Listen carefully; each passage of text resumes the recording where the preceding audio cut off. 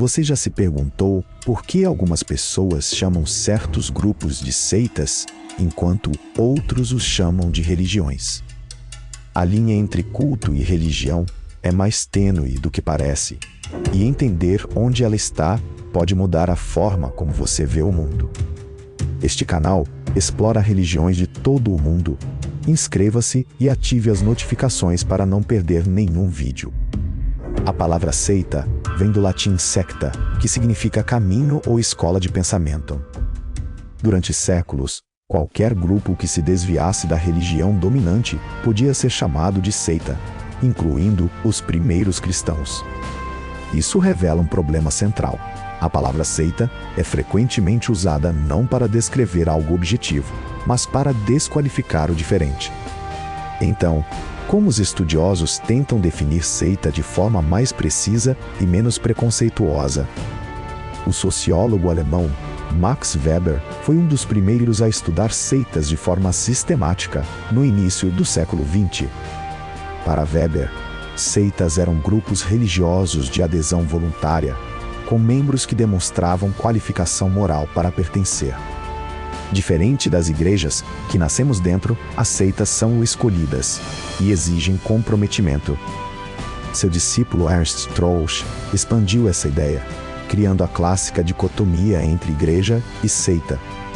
Para Troeltsch, a igreja aceita o mundo como é, a seita rejeita o mundo e busca transformá-lo ou fugir dele. No século XX, sociólogos americanos como Rodney Stark e William Bainbridge refinaram ainda mais o conceito. Eles propuseram um modelo em que grupos religiosos existem em um espectro de tensão com a sociedade ao redor. Quanto maior a tensão, regras exclusivas, isolamento do mundo exterior, exigências rígidas, mais próximo do polo seita. Quanto menor a tensão, abertura, inclusão, adaptação à cultura, mais próximo do polo igreja estabelecida. Nesse modelo, seitas de sucesso que sobrevivem ao tempo acabam se transformando em denominações e, eventualmente, em igrejas. Mas existe ainda um terceiro conceito, o culto, ou cult em inglês, que carrega conotações ainda mais negativas. Para Stark e Bainbridge, cultos são novos movimentos religiosos sem raízes na tradição dominante de uma sociedade. Uma seita se separa de uma religião já existente. Um culto traz algo inteiramente novo, muitas vezes importado ou inventado.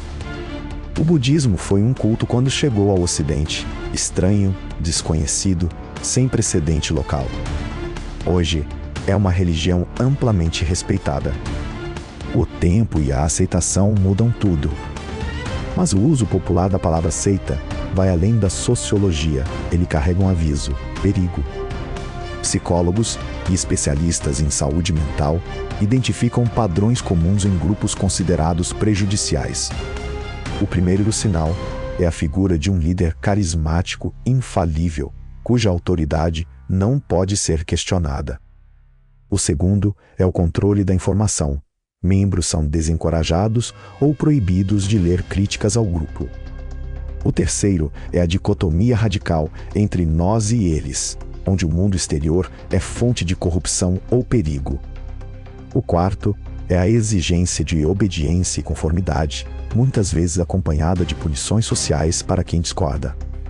O quinto é a dificuldade de sair. Membros que tentam deixar o grupo enfrentam pressão social, isolamento ou ameaças. Se você está gostando desse vídeo, considere deixar o seu like. Isso ajuda muito o canal a crescer. Aqui começa a dificuldade real. Muitas religiões estabelecidas exibiram esses comportamentos em algum momento da história. A Inquisição Católica punia aqueles que questionavam a doutrina. Líderes protestantes baniam e excomunhavam os discordantes. Movimentos evangélicos modernos, às vezes, desencorajam membros de questionar a liderança pastoral. Então, o que separa uma religião legítima de uma seita perigosa? A resposta honesta é: não existe uma linha clara. Existe um gradiente, e o contexto importa imensamente. Pense nos Mormons no século XIX, perseguidos, chamados de culto, forçados a migrar para Utah. Hoje, a Igreja de Jesus Cristo dos Santos dos Últimos Dias tem mais de 17 milhões de membros globais. Os Testemunhas de Jeová foram presos na Alemanha nazista por se recusarem a saudar Hitler. O Adventismo do Sétimo Dia começou como um pequeno grupo apocalíptico marginal no século XIX americano. Todos esses grupos foram chamados de seitas. Todos se tornaram movimentos religiosos mundiais de grande porte. Mas há exemplos onde o rótulo seita capturou algo genuinamente perigoso. Em 1978, no Jonestown, Guiana, mais de 900 pessoas morreram após seguir o líder Jim Jones em um suicídio coletivo. Em 1993, em Waco, Texas, David Koresh liderou os Davidianos em um confronto com o governo, que matou 86 pessoas.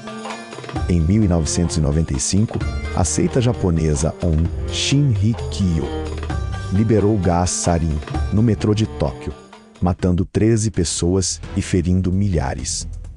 O que esses grupos tinham em comum? Liderança infalível, isolamento extremo, controle total sobre membros e violência justificada ideologicamente. Então, por que é tão difícil definir seita de forma definitiva? Porque religião é um fenômeno humano profundamente complexo, moldado por cultura, história, poder e psicologia. Chamar algo de seita sempre envolve um ponto de vista. Quem está dentro vê comunidade, quem está fora pode ver ameaça. O mesmo grupo pode ser uma família para seus membros e um problema para a sociedade ao redor. E o tempo é o juiz mais cruel. O que hoje chamamos de heresia pode ser amanhã a religião dominante. Uma ferramenta prática que pesquisadores usam é o modelo BITE, desenvolvido por Steven Hassan. BITE é um acrônimo: Behavior, Information, Thought e Emotion, comportamento, informação, pensamento e emoção. O modelo analisa o quanto um grupo controla cada uma dessas 4 dimensões da vida de seus membros. Quanto maior o controle em todas as 4 dimensões, mais o grupo se aproxima do que chamamos de seita destrutiva.